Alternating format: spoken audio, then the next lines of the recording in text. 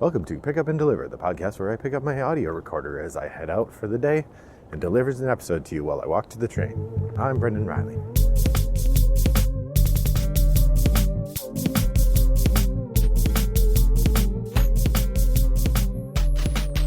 Well, good morning, listeners. It is a lovely day here in suburban Chicago, and I am pleased to be coming at you from my walk to the train. I don't have anything better to do on my walk to the train. I could listen to a podcast, but basically I just decided, hey, I might as well record another podcast on the way to the train because I had an idea for an episode.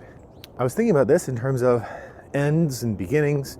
We have a couple big ends today, or this week. My daughter turned 16, so it is the end of an era, kind of, and it's also the end of the semester. Today is the first of 3 last days of classes that I'll have. I have a last day of class today for one class, and tomorrow, and then Thursday. So it's the end of a lot of things. End. So I was thinking about what kind of board game podcast could spring out of the question of ends. I was thinking about, I have never really talked about when games end and what I like about them and what I don't like about them, particularly from the perspective of game designer and thinking about different kinds of endings of games. What is it that I like or don't like about games, how games end, or what makes games end? So I thought I would talk about that a little bit today. Morning. So to start off, I did not prepare notes for this podcast, so it's going to be kind of extemporaneous. So apologies if it's a little bit rambling. But what else would you expect from a podcast that's about taking a walk? So there are a number of different ways to end games. The most Euro of ways is to have a set number of rounds. As I think about games that I have that I really like that play this way, Orleans has a set number of rounds, as I recall. The Agricola is an excellent example of one that I enjoy that has a set number of rounds. Zolkin, also set number of rounds. So a lot of Euro games, particularly ones that involve building engines of various types, often agrarian engines, are tied to playing a certain number of rounds, and the rounds will often tie to certain kinds of calendar elements like feeding your people or harvesting, and you do that a certain number of times and then the game ends. So games like that have some pluses and endings like that have some pluses and minuses. On the plus side, you know how long the game's going to go. You have a clear sense of the flow of the game. The end game is going to appear when it appears, and your goal is just sort of maximum efficiency. The downside then generally is if you don't have any control over the end of the game, that means that what you're doing is competing on achievement or competing on levels of excellence rather than competing with one another in various ways. For example, if you're in Agricola, you know that the game's going to end after 14 rounds, and the goal is just to have the best farm after those 14 rounds. Now, you're competing with each other for those limited resources, using the worker placement spots or whatever, but the end of the game comes when the game ends. One of the big downsides to that is I feel like it definitely reduces competition. If you have a game and you really want the players to feel like they're battling with one another, letting the game decide when the game ends means that players feel like they have less control. All right, the second type I'll talk about, as I'm just sort of scaling through different options in my head, would be games that can end in one way or end on a timer. The best example I can think of is Twilight Imperium Rex, which is also Dune. Now, I don't know if the original Dune game has a timer. Twilight Imperium Rex has a limited number of rounds that you play. I think it's 8. At the end of the 8th round, there is a thing that makes the game end. Or players can end the game by achieving one of the victory goals. The same goes for Game of Thrones. The same goes actually for Discworld / Nanty-Narking, or Discworld Ankh-Morpork, or Nanty-Narking. I haven't played Ankh-Morpork, but I understand it's pretty much the same as Nanty-Narking, so I'm speaking like I have authority where I don't. But in those games, players can do something to win. There are victory achievement goals that players can go for, and if they accomplish one of those, the game ends. Otherwise, if the timer goes through, in case of Rex or Game of Thrones, it's a number of rounds. In the case of Nanty-Narking, it's the card deck. When that runs out, then the game ends. Now, there might be an argument to be made that the card deck running out is not the same as a timer in the sense of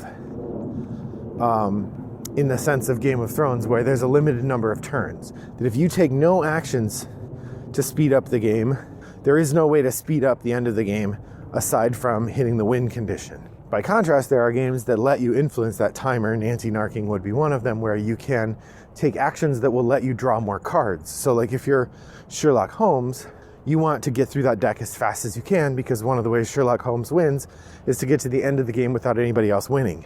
Or that is the only way Sherlock Holmes wins. Another game that allows you to influence the flow of the game a little bit like that is Through the Ages. Now, Through the Ages does not have a win condition that you can hit. It does have a resign as an option. You know, most games you could resign just by saying, I don't want to play anymore.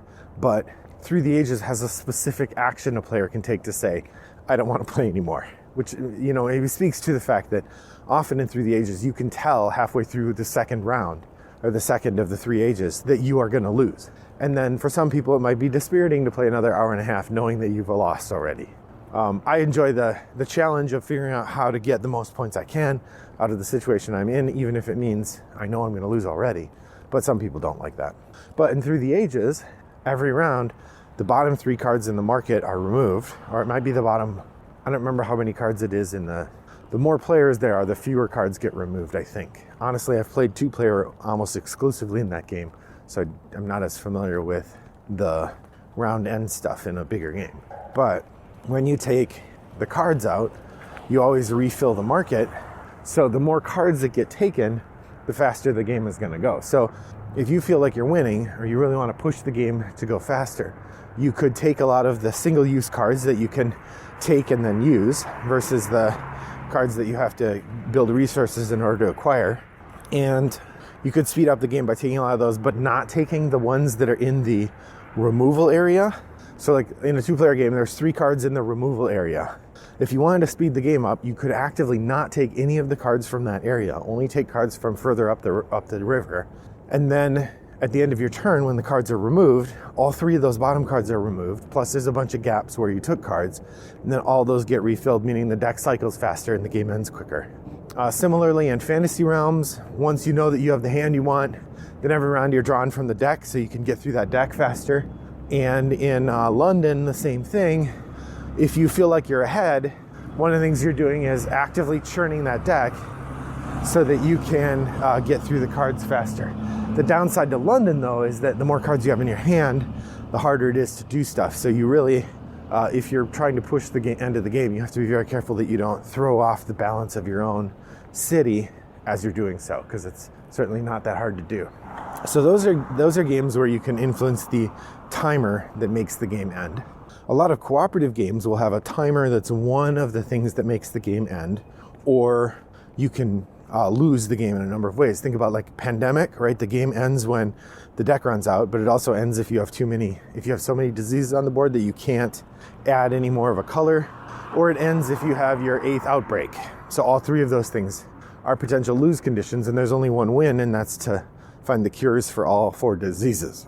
A lot of other co-op games end with some sort of timer, or with an acceleration of the bad stuff to the point where you're going to lose anyway.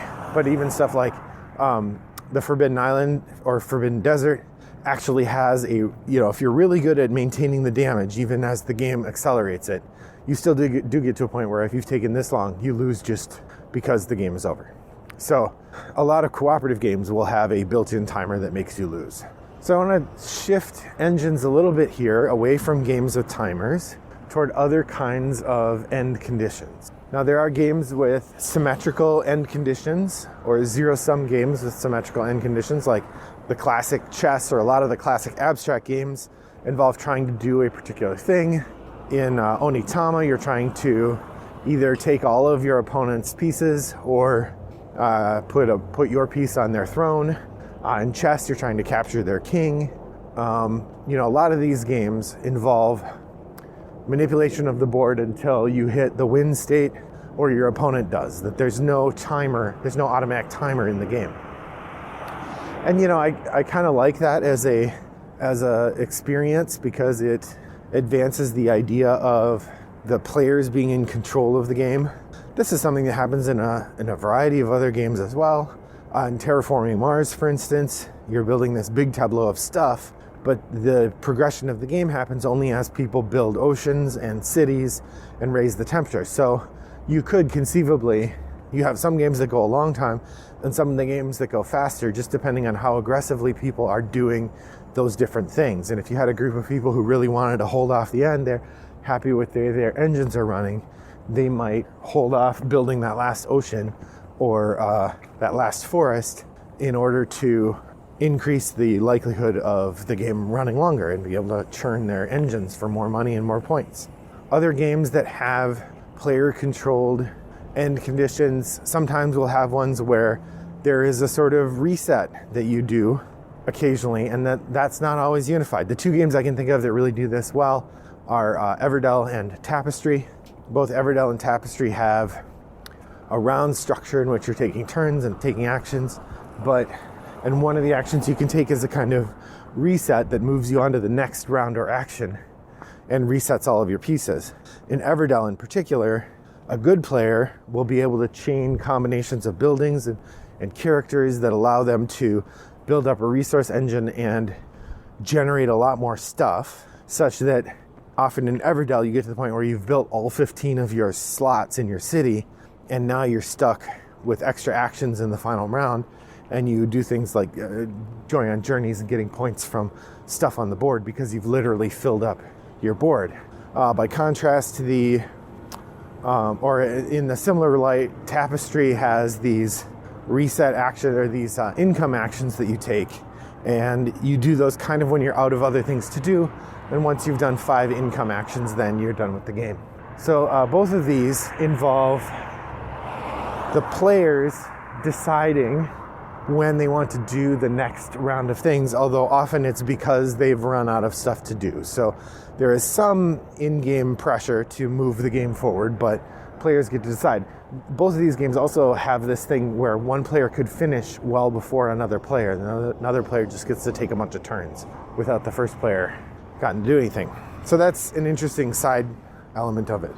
And then finally, I guess the last kind of end condition we'll talk about here, which is sort of related to the one I talked about in anti-narking with the timer, is games that just have a win condition and don't have a timer. Like in Risk, you win when all the other players are out of the game. Same with Monopoly.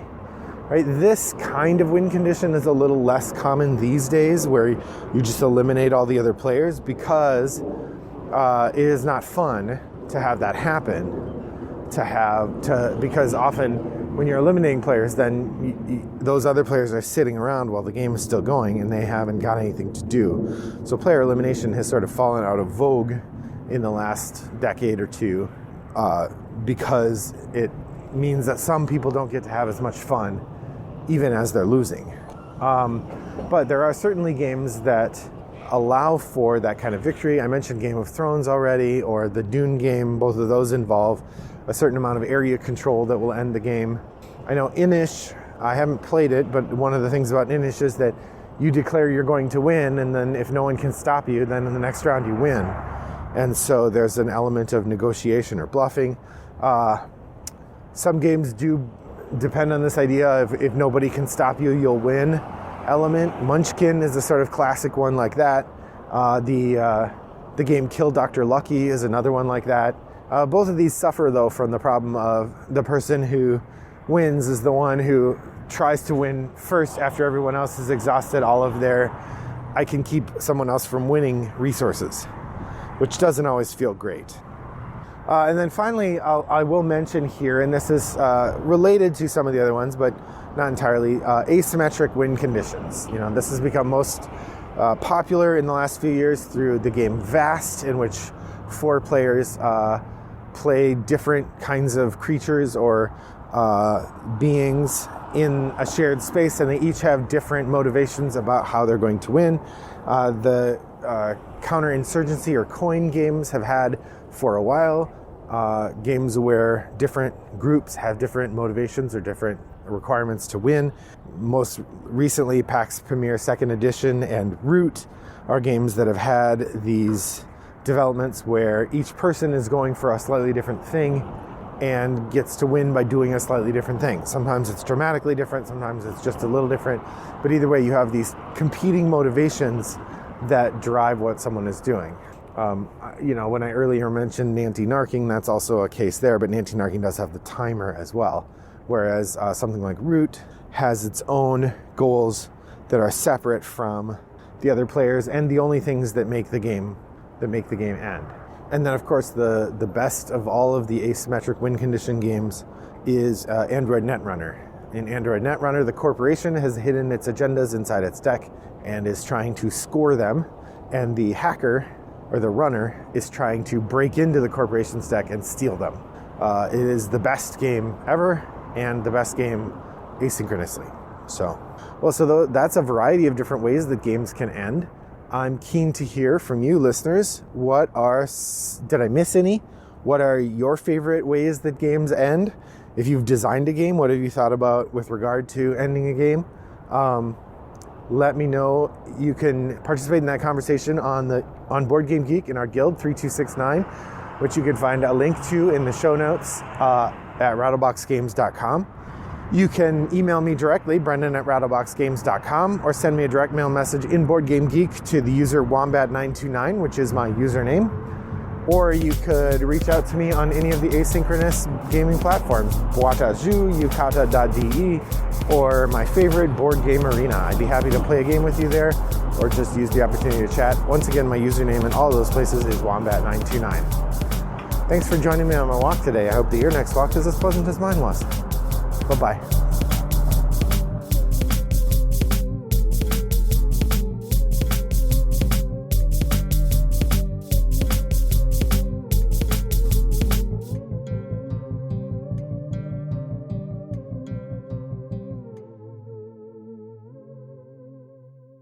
Brought to you by Rattlebox Games.